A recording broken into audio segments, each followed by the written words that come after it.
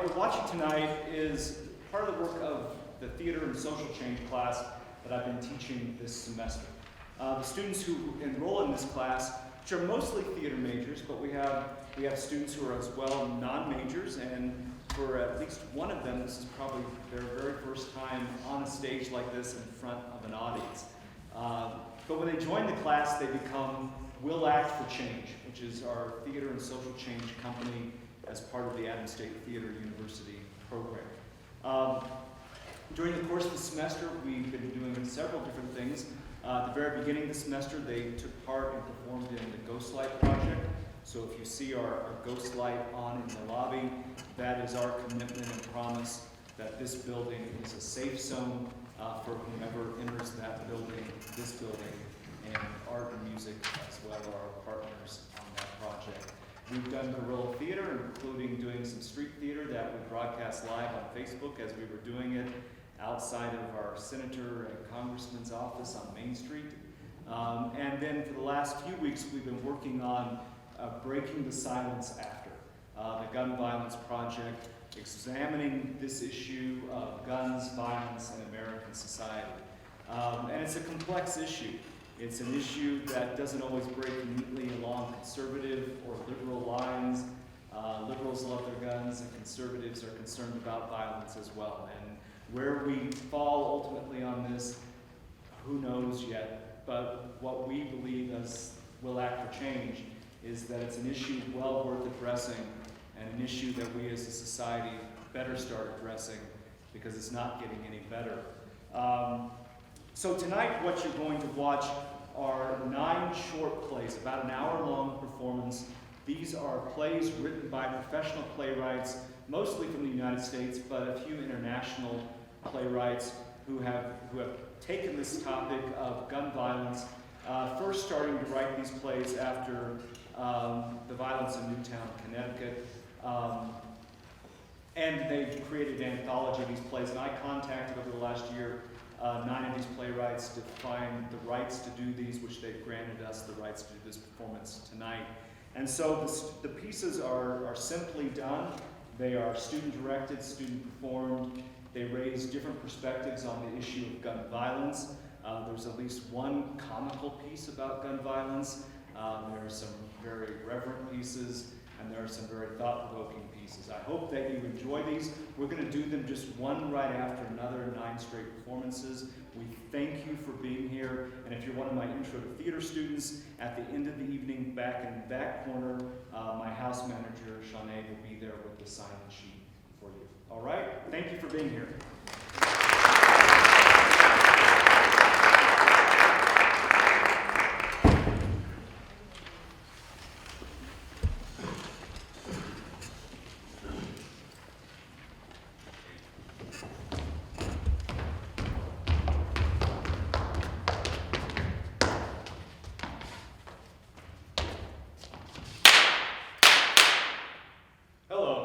My name is Joe. You can't know what I go through, or what I think, how I feel day after day. We are strangers, but let me tell you, I was a little boy once, whose parents loved him, whose teachers loved him, whose friends liked him well enough, when I had friends. I've lived in the same city my whole life, a city with schools and businesses and houses and families and a low crime rate and guns. My father and I were warriors. We wore the blood of deer, and I have never been afraid, although I have felt other things, lots of other things. Bang, bang, bang, listen to my native cry. I am not afraid. Hello, my name is Joe. We are in a revolution, here and now. Look out for the vultures. The vultures are circling. Look at my arms pecked by the vultures. Look at my arms. In this city that I've always lived in this country that I've always lived in this place of deep, deep, shameful things, hidden underneath the earth, hidden underneath words, where we cannot Forget the disgusting, dry blood smell of disgusting secrets. But I am an American! I am a native fucking American! Not an Indian. A native with war paint on for the war on revolution! The war on terror! Do you understand what I mean? I am an American. And I am not ashamed of who I am. I am not ashamed of who I am. So, My name is Joe. And every morning I go to work. The other day, I picked up a gun from the Walmart because I have the right to do so. I have a right to bullets. I have a right to every bullet. And sometimes I get angry. And sometimes I get so upset because of all this shit. But I'm a good person. I'm just a regular person. And I go to work, and I pay taxes, and I sing as loud as my voice can stand at church on Sundays, and I sing as loud as anyone can stand it. And I'm still a good person, even though my arms are covered in the blood of my past. Even though I might eat too much, or buy too much, or drink too many beers sometimes, or take too many drugs sometimes, or watch too much internet porn sometimes. But I'm still a good person. And sometimes I get angry. Sometimes I get so fucking angry when I'm on the highway and some fucking asshole cuts me off. And I have to wait in line. Any line. And the movie I paid good money for sucks. And my family suggests that I'm not good enough because I don't have enough.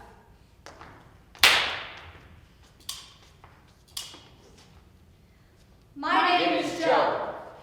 The vultures are circling. Good thing I've got arms. These fucking people, you know? But I'm not afraid. I'm angry, but I'm not afraid. Fuck 911, fuck the police, fuck the government, fuck this country. But I love this country. And fuck the people who don't belong here. I belong here, right here. I was raised on Wonder Bread and Kraft singles. I was raised on television shows where any average Joe, my name is Joe, could be a star. And I am a star. And I need protection. Who's gonna protect me from all the shit that could go down? Someone could get you in your sleep. They could pluck your eyes out. They could fuck you in the ass, make you cry, steal your car, steal your things, steal your jewelry, leave you for dead. And that person could be someone you know, someone you see every day, someone that looks like family or a neighbor. But I'm not afraid. Understand that. I am not afraid.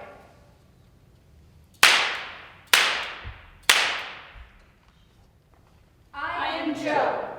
And I have so much love inside. And so much hate inside. And so much human stuff inside. So many memories. And when I fire my gun, it's like the glorious song of a pressure cooker when everything is cooked and ready.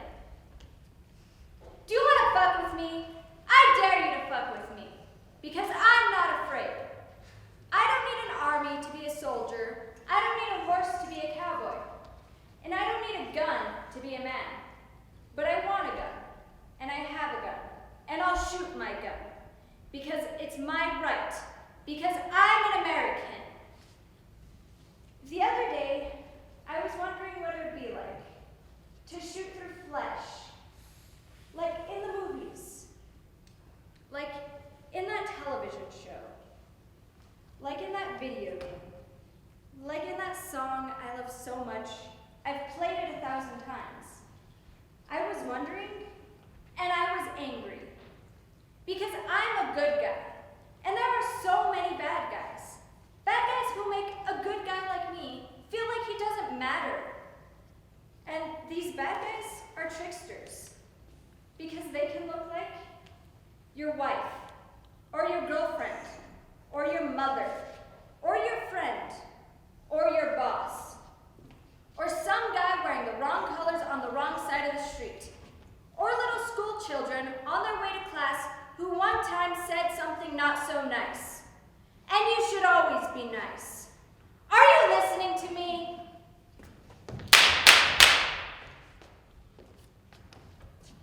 I'm Joe. And I could shoot something or someone for looking at me the wrong way on the wrong day at the wrong time. Because I just want to shoot. Feel that power surging through me? That gun power, that American power, that man power, that human power to fuck shit up.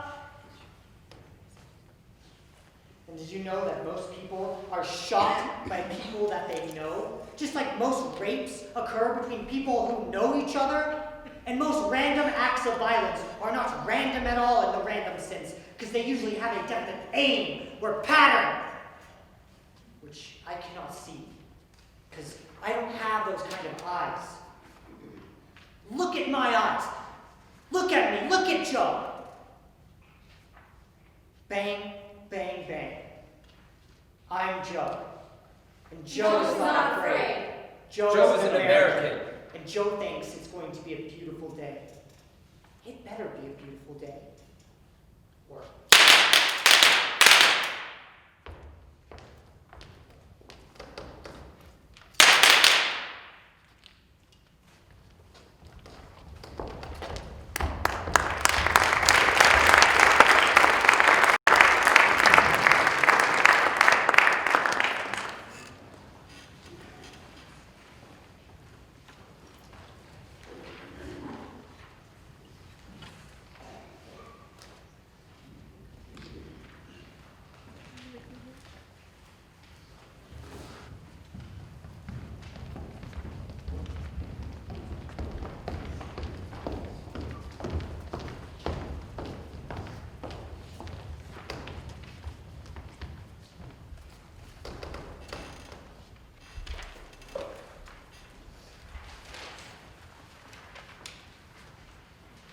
We tell ourselves everything is going to be okay.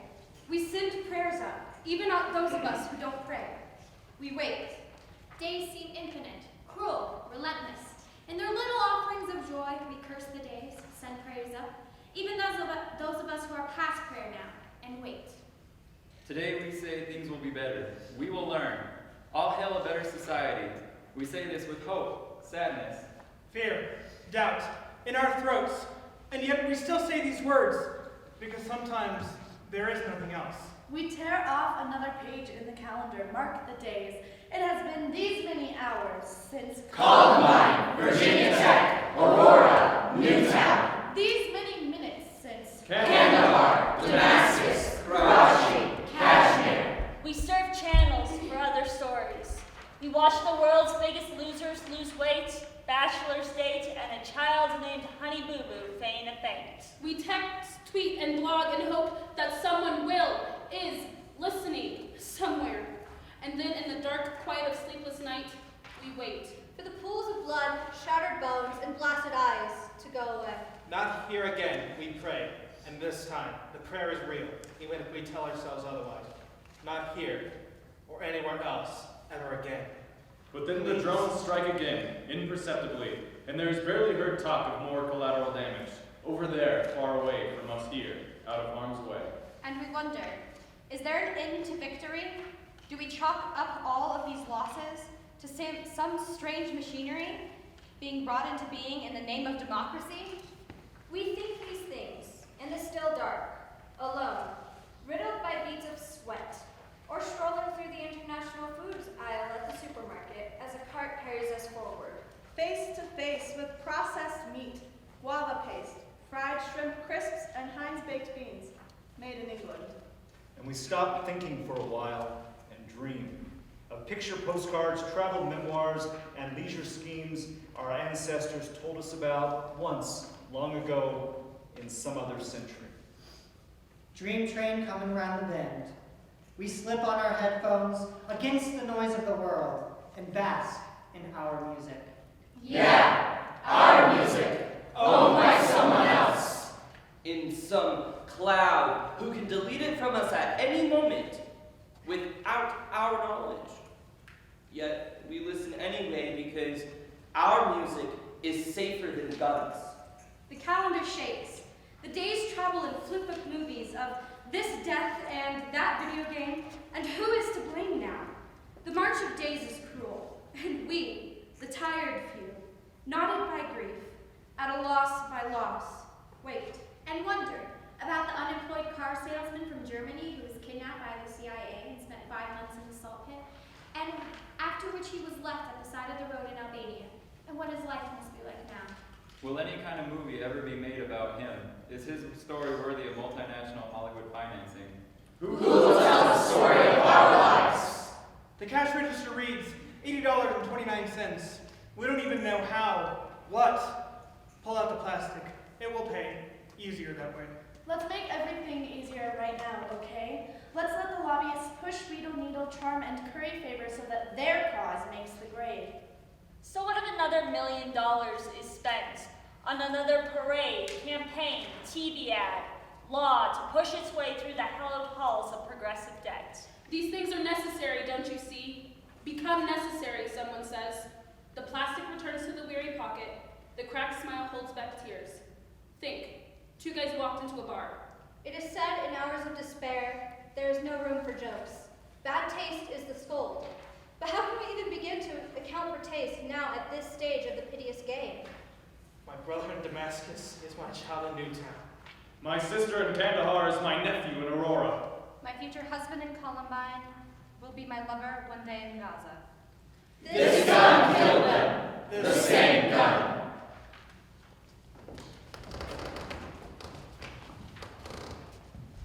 Breaking the silence after.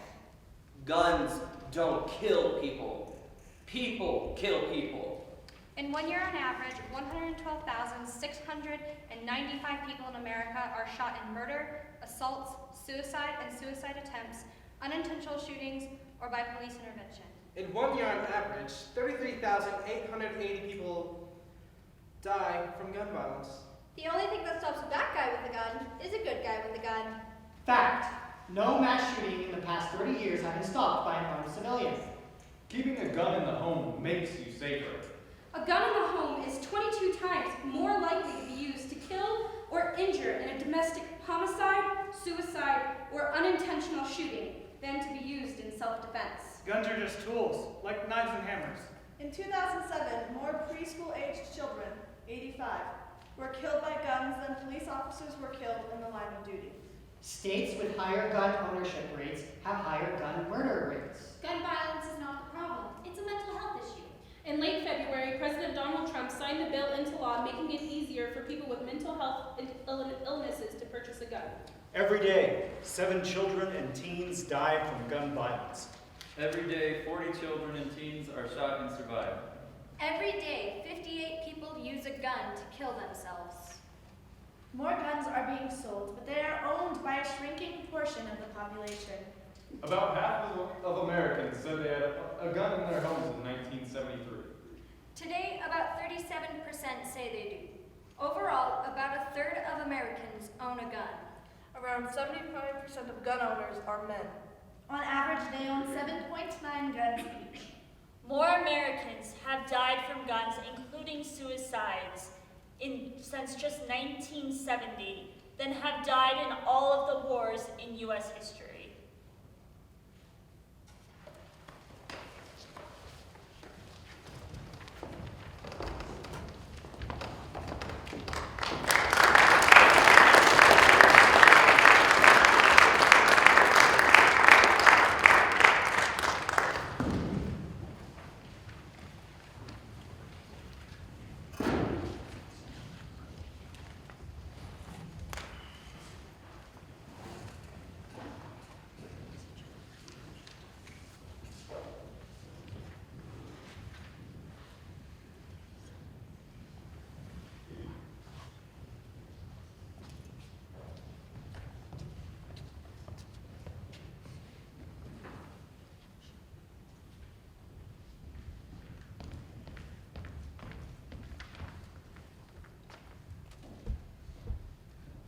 All mothers think their daughter is beautiful, but everyone says that about my daughter.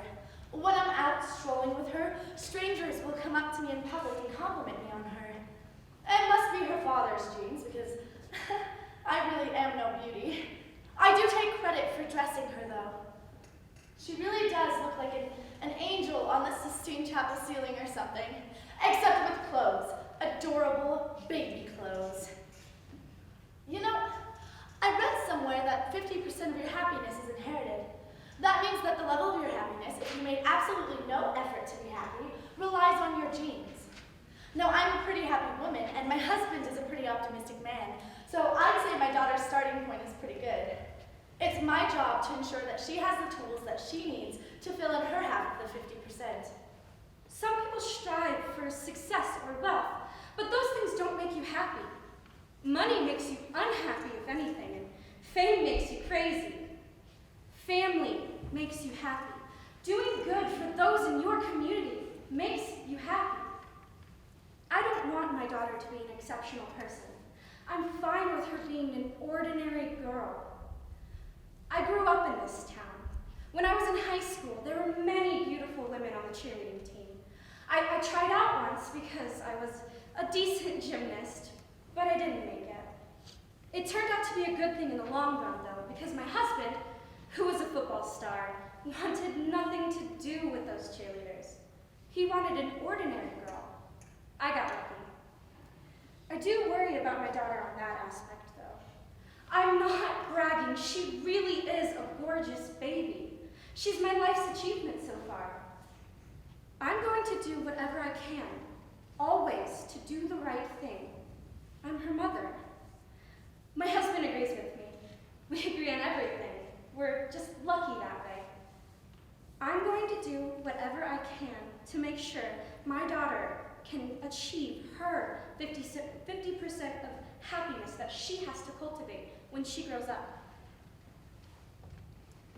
It is our constitutional right to happiness. My beautiful daughter makes me happy. I am a gun owner, so I can protect her. I will teach her that no one has the right to take away her guns. If you're a mother and you love your family, you must agree with me. The borders are not secure. Numerous criminals occupy this country. And even if you live in a safe neighborhood, you can't stop them from coming to you. And once they're in, you can't make them go back to where they came from. And the government, which is supposed to protect us, will do nothing. Do not give up your freedoms. It is your right. It is your children's right. I know you understand me, because we have certain values. Because you love your children too.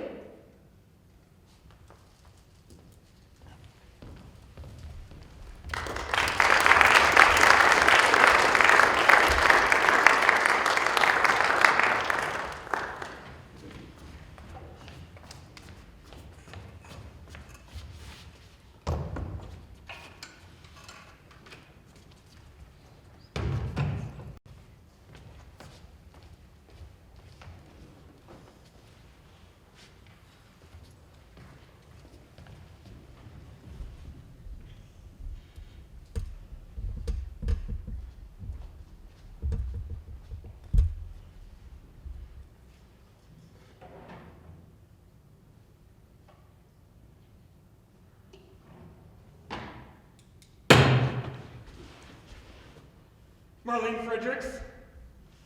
You're not Marlene Fredericks? Then who the hell are you? Tina, I'm Tina Fredericks, Marlene's daughter. Where can I find your mother? You can't. Not to talk to, at least. She beat you to it. I suppose you could find her grave. No, you have got to be... Just how long has she been dead? About a month. About a month? Get up. Now get on your knees.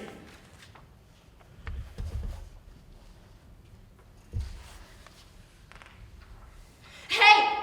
Look at me! If you're gonna shoot me, I want it to be a clean shot.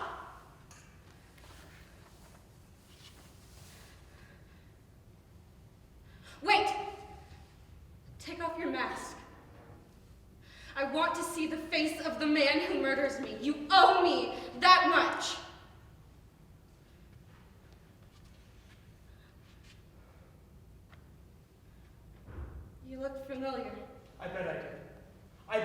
familiar to you, Marlene. I told you I'm not Marlene. She's been dead for... Oh, yeah? She has she? Then how is it that your mother, who's been dead for about a month, signed this petition about 2 weeks ago?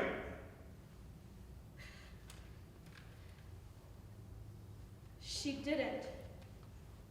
I did. I signed it in her name.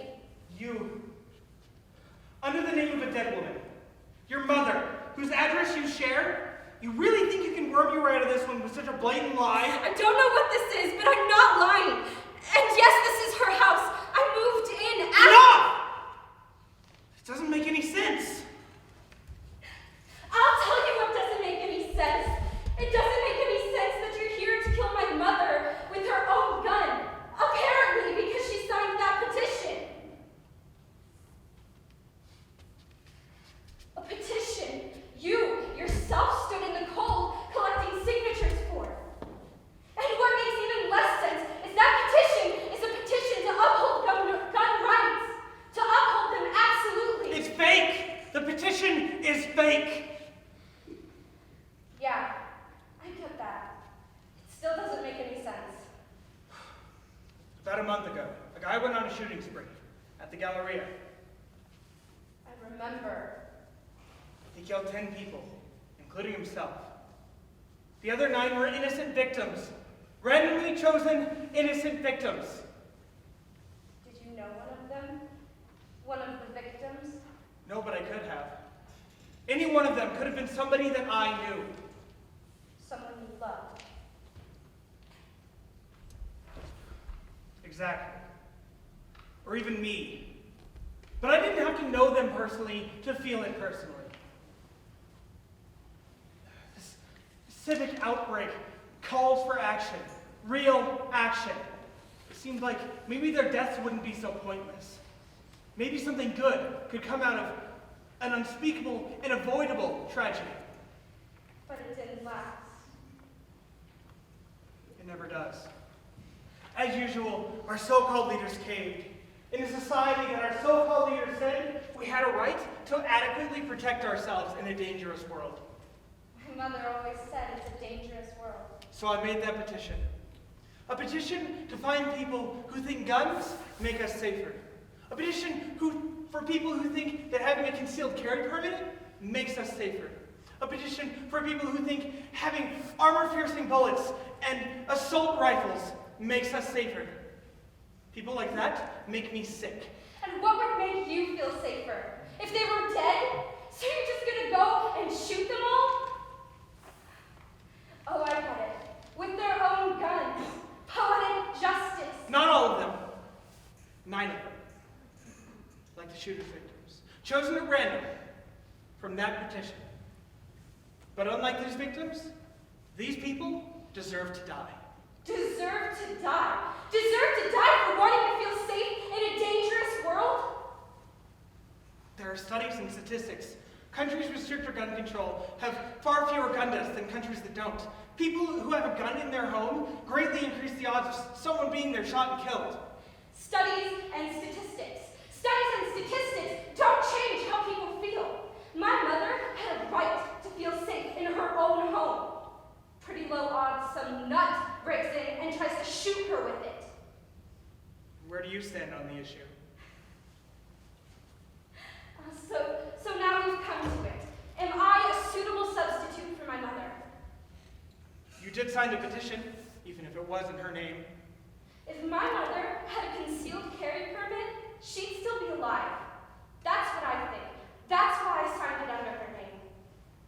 Would you like to know how she died? I just want to know where you stand. I stand right here. I stand my ground right here. You really think you got what it takes to shoot me? To shoot anyone? 9 anyones? Look in that drawer where you found her gun.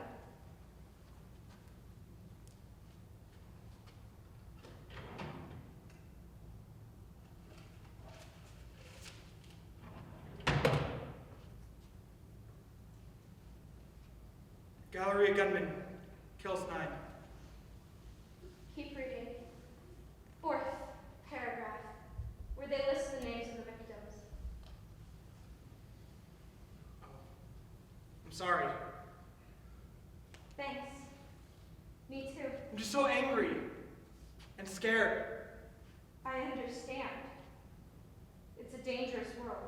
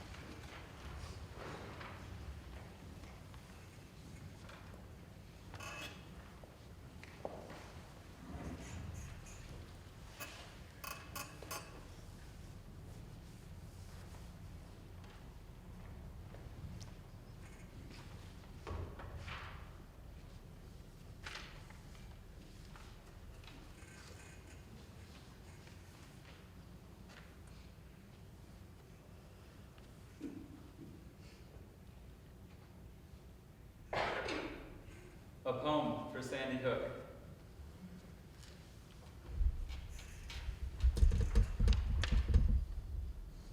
After the upturned desks, the hiding in closets, the running and the no time to run, after the lines of red eyes and open mouths, pressed in the faces of children, but not all of them.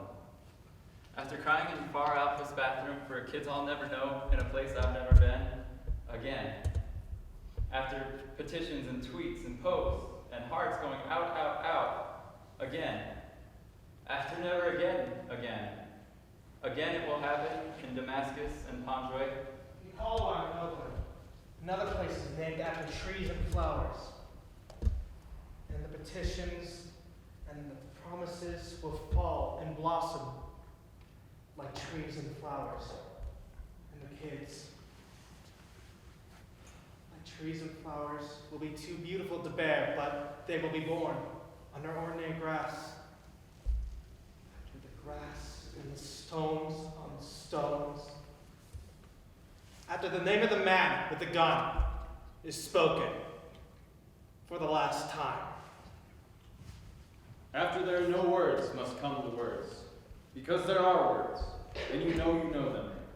I do, even if I don't know how to say them. They are the words welling up in my eyes as I picture backpacks and crayons. Words like cool rain on scalded minds. Words like rivers over dusty laws. Words that shake my body when I hold you close, and I am, right now, holding you close. Words we bury under ordinary grass, because we are afraid, and busy, and polite, and the jerk in the checkout line, and the asshole in the traffic, and the inconvenience of all of the, what were we talking about again? And then, tomorrow, another after. After another after. I must say rain and river. After never again, again. I must sing. Of backpacks and crayons. After there are no words, must come the words. Words fashioned from the sounds that children make when they collide in bright eyes and bruised knees on playgrounds. Words that don't wait to make the world what we say it is, when we say it is. This is what the world is to children.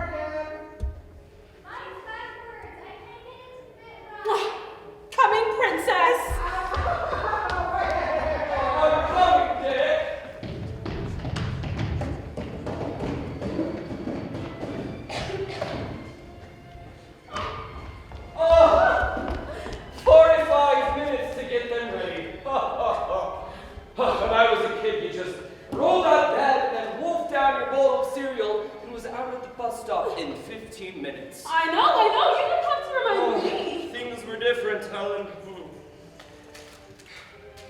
Are we okay on those? Yep, Costco had a huge sale on the Murray's, so I stocked up. We should have enough to get the kids through high school. God, those uniforms, Helen. The kids just can't move in them. I know. The standard issue was designed for telephone poles, but that's all they have.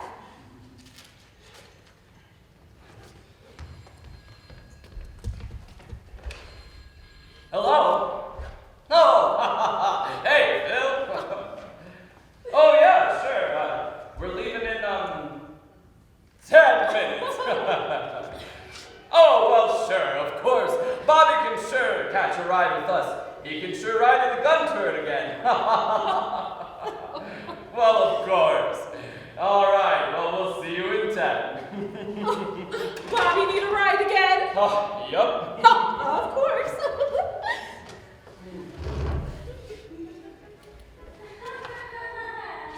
Oh, honey, what is it? Is it the Velcro vest? Is it pinching you again? Is the vest too tight again? Oh, I wonder if it's the helmet. No! Look what Dick did! Oh, Dick! Oh, Dick! That is not funny, Dick! Dick, oh, for Dick's sake! Come on, sweetie. Mommy will wipe that right off. It's only chalk. Dick made me into a bullseye. Yes, but remember when Mommy and Daddy said that your Kevlar vest would stop almost any bullet? Your sister calls down here going to apologize. I'm sorry. What? I didn't hear you. Okay. Haha, that's better.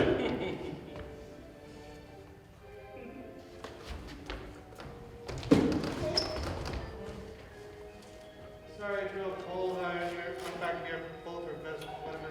Don't ever do that again! I will have to get a promise. There, that's better. Now we're all friends again. All righty, Roo. Now it's off to school with you two.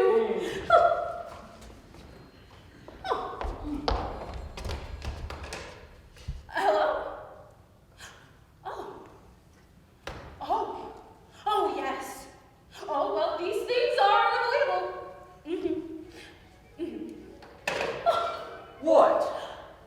Police sniper called in sick. They have nobody to cover the Northwest campus, so they have to cancel classes. Oh, come on, kids. You know the rules. If there's no sniper, there's no school. But what if we stay inside the classroom all day? Yeah. Well, that's a very smart idea, kids. But you still have to walk from the bus to the school, and then make that same walk at the end of the day. That means being outside without protection for 53 minutes, 2 times a day. And you know how long it takes for a bullet to travel from a gun to your little bodies. Not even a second? Wait, less than even a second. That's right. Sorry, kids. The rules are rules. Oh, hey. Look, now that you're all dressed up, what would you like to do today? Yes, something fun. Shooting range! Landmine demolition. Shooting range! Landmine demolition. Shooting range! Landmine demolition. Shooting range! Landmine demolition. Shooting range! Landmine demolition.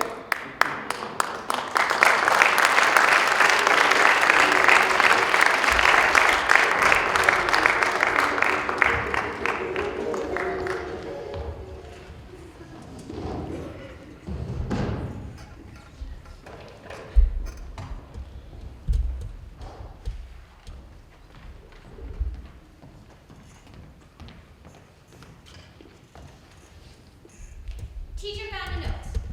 Teacher found a note that said some sad, alarming, scary things. Teacher found a note that said some sad, alarming, scary things, and she doesn't want us to be alarmed, but we should be alarmed. Teacher found a note that said some sad, nasty, scary, alarming things. Teacher found a note written by little brother. What are we going to do about little brother? We're going to ask him if he wrote the note. We're going to tell him that the note was wrong. We're going to ask him if he's really feeling these things, and if he is, why he's feeling them. We're going to tell him that the note was unacceptable. We're going to tell him that we love him. We're going to tell him that these thoughts are unacceptable. We're going to tell him that we love him just the same, that we're always going to love him. We're going to tell him that these thoughts have to stop now. We're going to help him. That's what we're going to do for little brother. We're going to tell him that these feelings have to stop. That's what we're going to do about little brother. Little boys run around the schoolyard with their tiny hands for guns. They run, point, fire, shoot, bang! Fall down, die, and get up and do it over and over again. I drove little brother to school today, and he said he didn't want to go in. Then he shrugged it off and said he was okay. I asked him if he's really okay. He says yes. Fine. It's Friday afternoon, and little brother is in the car coming from school. He's in the car, and I ask him what he's doing tonight. He says nothing. I ask him if he wants to order a pizza and have a friend over. He says nothing. I ask him about his friend Jason, his friend Andy, Billy, Fred. He says he doesn't have any friends. There was one. There used to be video games. There used to be long afternoons in the basement. He says he doesn't have any friends. Little boys pretend their tiny hands are guns. They pretend in New York. They pretend in Colorado. Little brother comes home from school one day. He's frazzled. He's bloody. He doesn't want to talk about what happened. He says nothing has happened. Little brother does well in school. I need to clean the dried blood from under your nose. I need to wash the virus off of your face. Little brother does very well in school. He goes to school the next day. He's afraid not to. I go to school the next day and ask about what happened. They say they don't know what happened. Little brother goes to college. He gets sadder and sadder and sadder and doesn't say a word. He's going to become a doctor. I drive him to the therapist, but I don't have insurance. I drive him to the therapist, but my town doesn't have a therapist. And I drive him to the therapist, but my mother, my brother, my father, my sister, my friends, my town says no. Just leave him alone. He'll be fine. He's going to make us proud. He's different than the rest of us. So I leave him alone. They pretend in Virginia, they pretend in Connecticut. Little brother goes to school because he doesn't know what else to do. What do you do when your child hates school? You make him go. You make him go to school. They pretend in Texas, they pretend in Virginia.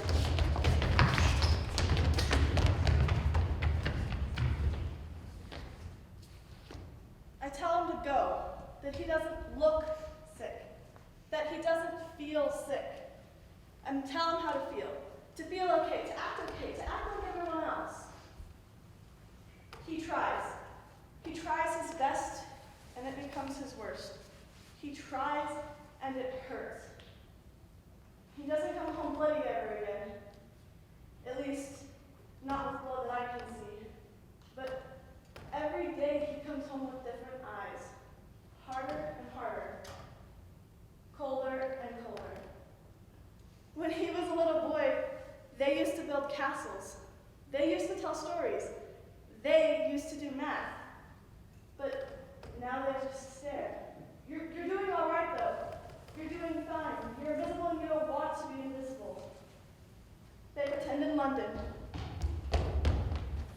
They pretend in Paris. They pretend in Doha. They pretend in every spot across the whole wide world. You're invisible and they're screaming inside your head. You're invisible and when they see you, they laugh at you. And when they laugh at you all the time, you don't want to be invisible anymore. We see it. We see it all. You're asking for help, little brother, but we say no. We say no. Teacher found a note. She found a note. He found a note. They found a note. We found a note. Je suis dans le dolor. Ikaba shmirzne. Wahonton. Anaba anaman. Estoy en el dolor. I am in pain. In every language, every single language under the sun. Please help me. I am in pain. Please help me before me hurting means me hurting others. Before hurting the whole wide world again. Over and over again. Please. Over and over again. Please!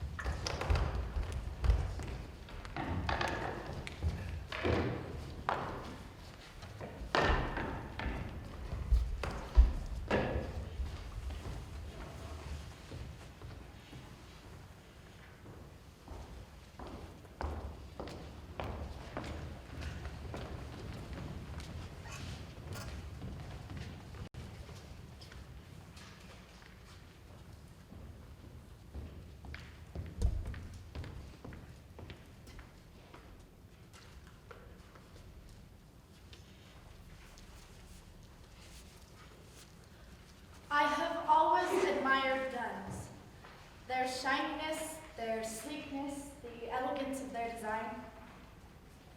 Number 1, October 25th, 1415. An unknown English soldier was killed by the French soldier at the Battle of Agincourt. He was the first person ever killed by a gun.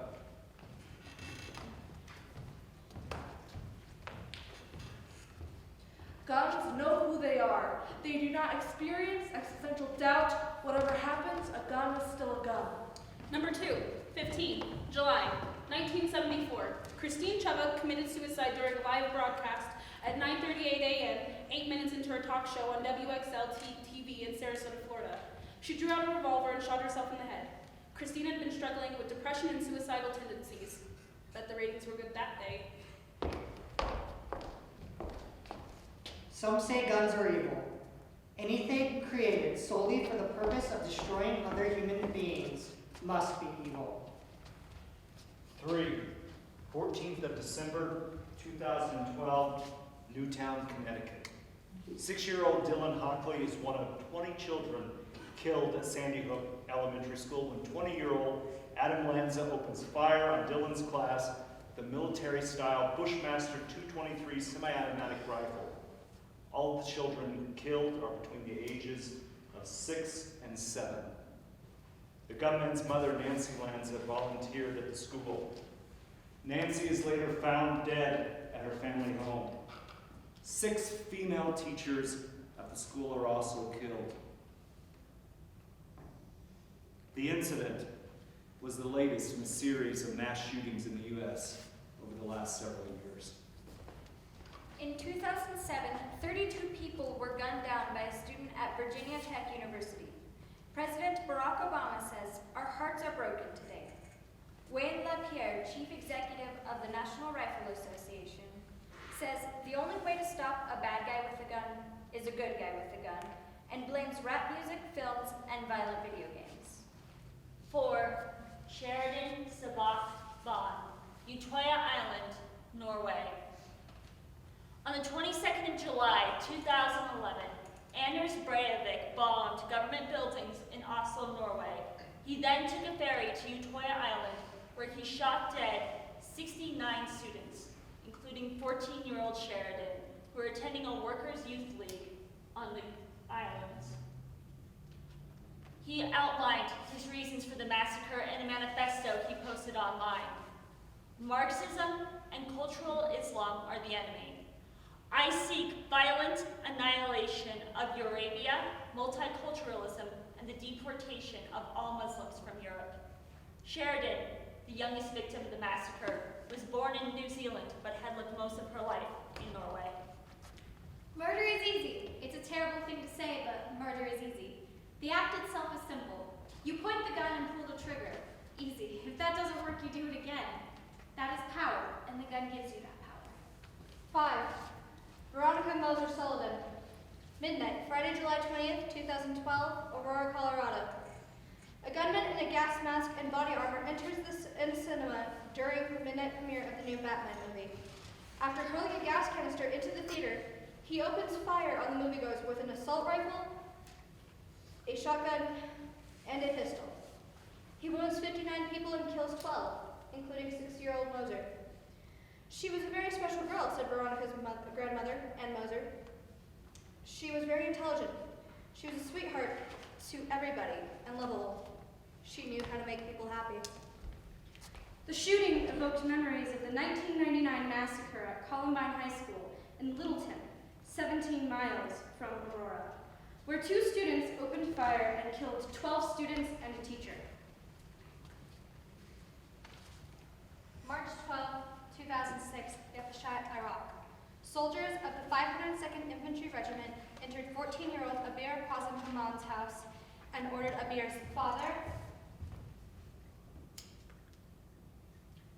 mother,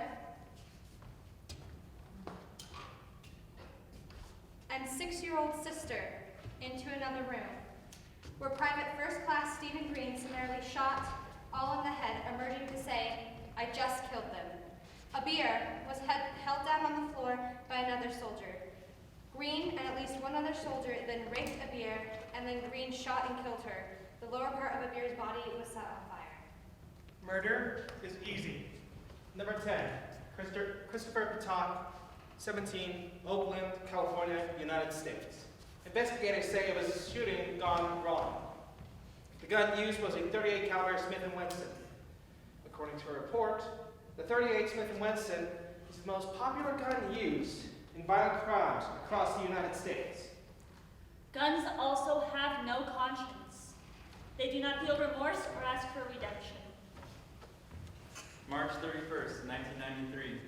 Brandon Lee, Wilmington, North Carolina, on the set of The Crow. Lee was killed after another actor fired his prophet gun at him. A squib load was lodged in the barrel of the handgun. When the blank was fired, the bullet shot out and hit Lee in the abdomen, wounding him fatally. And guns cannot undo what they have done. You can't pull the trigger and bring somebody back. No matter how much you want to, the genie can never go back in the bottle. Once the bullet leaves, it's never coming back. Aaron Vickers, Ruger, 9mm semi-automatic. Jason Abbott, Borson Engineering, .38 semi-automatic. Billy Joe Ace, Ravens Arms, .25 semi-automatic. George Alcantar, Mossberg 12-gauge shotgun.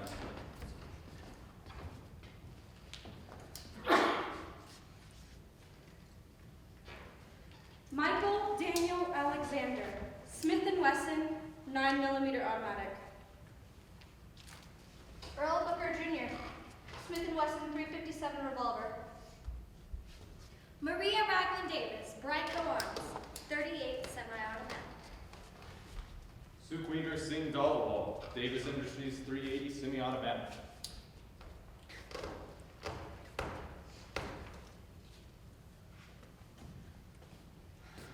August 19th, 1994. Trent Lockett, 20, Toledo, Ohio. 20, Jim Mullins, 64, Rutledge Pike, Tennessee. Mullins' regular customers at the discount store knew where he kept his .38 caliber pistol. The killer knew too.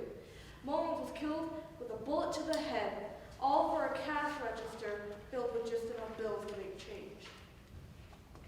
2nd of March, 1853, Fort Tennet, Texas. Lieutenant Frederick Dinman went out to hunt and fish with a brother officer. When by the accidental discharge of a rifle in the hands of his companion, he was shot fatally in the knee. Unlucky. 1802, exact date unknown, outside Sydney, Australia. Pummelway, legendary Australian Aboriginal rainbow warrior. Shot dead by Henry Hackney. On the orders of Governor King, his head was cut off and sent to England. Sitting Bull, December 15, 1890, shot by Indian police leading to the massacre of Wounded Knee. 24, Mahmoud Kaba, a 4-year-old Palestinian boy killed at a checkpoint in the West Bank when Israeli soldiers opened fire on his family's pickup truck. Ilana Tershman, she was 15, Ma'ala, Israel. One of 22 Israeli students killed by 3 members of the Democratic Front of the Liberation of Palestine in a massacre in a local high school.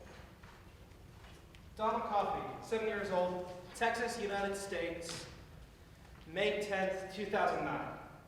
Hit in the face by a shotgun blast in the back of his dad's truck after a family outing. The couple who killed him had a sign posted on their land saying, "Trespassers will be shot. Survivors will be reshot. Smile. I will." 27, Quinta Heeman, aged 8, Aruca, Trinidad and Tobago. Shot 5 times by the gunman on the upper and lower back. Found dead by his grandmother lying in cool blood. Manola, Florida, a 10-year-old girl shot in the back as she was eating breakfast by her 9-year-old brother. Wow, he must have really hated his sister.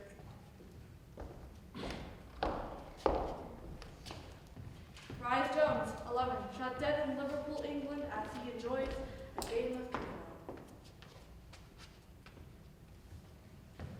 13-year-old Nathan Villar of Lakeland, Florida, watched his father, Troy, 34, gun down his stepmother, Wendy, as she tried to take her sons to their grandparents. Nathan ran back through the house and heard his father shoot his younger brothers, Ryan, 8, and Zach, of 5 months.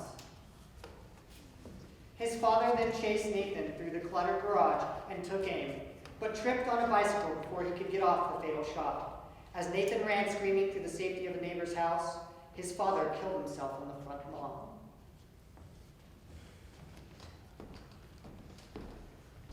William S. Trent Lockett was babysitting 11-year-old sister and 12-year-old neighbor at the time of the shooting, which was reported just after 7 p.m. Monday at Lockett's home. Andy Warhol.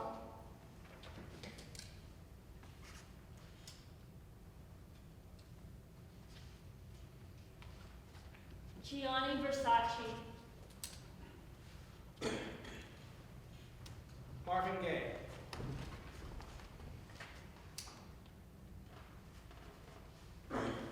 Tupac Shakur.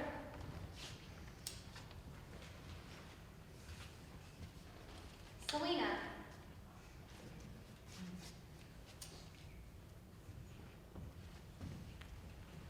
John Lennon. Adolf Hitler.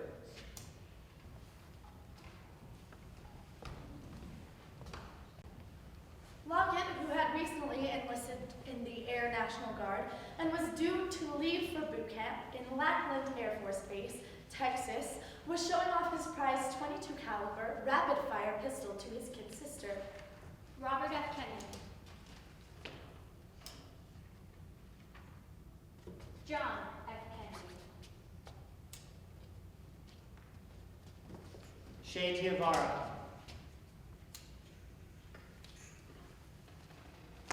Abraham Lincoln.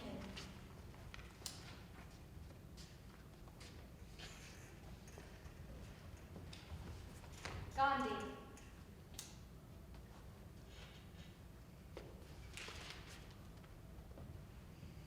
Lockett practiced competitive shooting in high school and was well aware of gun safety, friends say. My ultimate goal is to go to the London Olympics, Lockett said. Martin Luther King. Malcolm X.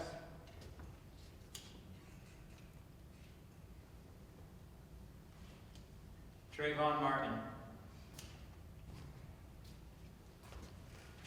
The person who was killed by a gun while I'm saying this sentence.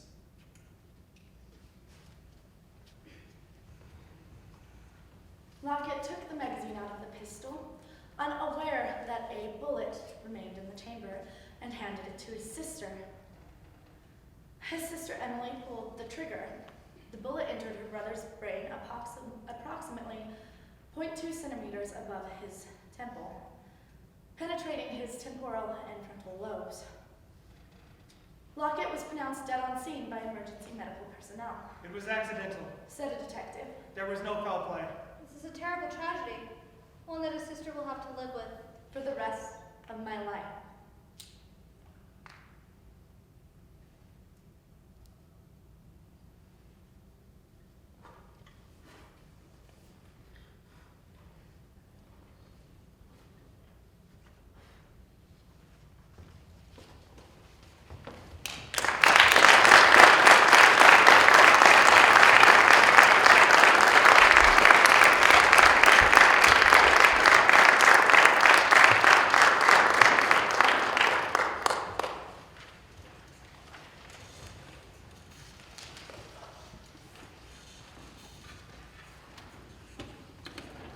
Thank you for joining us tonight. We appreciate you being here. Have a great evening.